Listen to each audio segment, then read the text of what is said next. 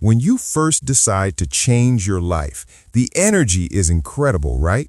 You get the new planner, you watch the motivational videos, and you make this giant list. Okay, starting tomorrow, I'm going to wake up at 5 a.m., meditate for 20 minutes, journal, read a chapter of a book, and hit the gym. And then a week later, you're exhausted. You've done none of it, and you feel like a complete failure. This isn't a problem with your willpower. It's a problem with your strategy. You are making the #1 mistake that causes almost everyone to quit personal growth before they even get started. The mistake is this: you are trying to change everything at once. I call it the all-or-nothing trap. Think about it. You wouldn't walk into a gym for the very first time and try to bench press 300 pounds. Your body would break. Well, your willpower is a muscle, and it works the exact same way. When you try to build 10 new habits at the same time, you're spreading your willpower so thin that you're guaranteeing failure. And when you fail, you start to believe that toxic thought, "See, I'm just not disciplined," and you quit.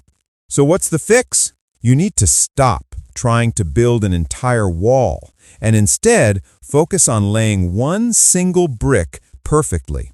You need to find your domino habit. A domino habit is one small foundational habit that when you do it consistently, start to chain reaction and makes other positive habits fall into place automatically.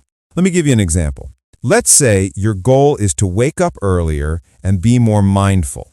The mistake is trying to force yourself to wake up at 5 a.m. and meditate for 20 minutes. The domino habit? Charge your phone in the kitchen every night, not your bedroom.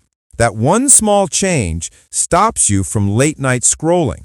That leads to better sleep. Better sleep makes waking up a little earlier easier. And that extra time in the morning gives you space for just 1 minute of quiet reflection. One domino knocks over all the others. Here's how you find yours. 3 simple steps. First, ask yourself this question.